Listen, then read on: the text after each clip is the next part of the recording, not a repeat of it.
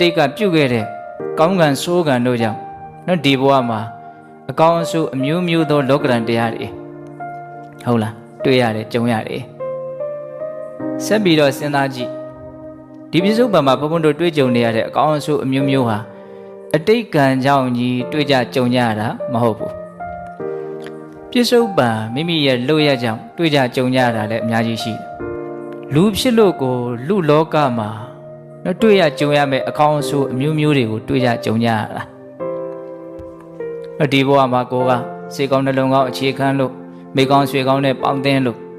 နော်ကိုရဲ့စိတ်ကိုဆုံးမပြီးတော့နော်ကောင်းမြတ်တာတွေဖြစ်အောင်ကြိုးပမ်းအထောက်မယ်ဆိုလို့ရှိရင်ကောင်းတဲ့လောကရန်တရားတွေတွေ့ရမှာအမေယုံမှာဆွေယုံမှာနဲ့ပေါင်းပြီးလို့ကိုရဲ့စိတ်ထားကလည်းညံပြင်းလို့မလုတာကိုင်းတာပြောတာဆိုတာတွေးတာကြံတာတွေကနော်ယုံညံ့မယ်ဆိုရင်လည်းပဲဆိုးတဲ့လောကရန်တရားတွေနဲ့တွေ့ရမှာပဲလောကရန်ဘာကြောင့်တွေ့ရသလဲအကြောင်းတရားလေးတွေကိုဘုံဘုံတို့မှန်မှန်ကန်ကန်သိမယ်ဆိုရင်လောကရန်တရားတွေ့လာတဲ့အခါမှာစိတ်ထဲမှာပိုးပြီးတော့မှန်မှန်ကန်ကန်တည်တည်ငြိမ်ငြိမ်ရင်ဆိုင်နိုင်တာပေါ့။ဘာကြောင့်လောကရန်တွေတွေ့ရသလဲ။အဓိကကတော့ကိုလှုပ်ထားတာကိုရတာပဲ။ဟုတ်တယ်မဟုတ်လား။ကိုလှုပ်ထားတာကိုရတာ။အဲ့ဒီအခြေခံအမှန်တရားကိုဘုံဘုံတို့မြင်မယ်ဆိုလို့ရှိရင်လောကရန်တဲ့တရားနဲ့တွေ့တဲ့အခါမှာ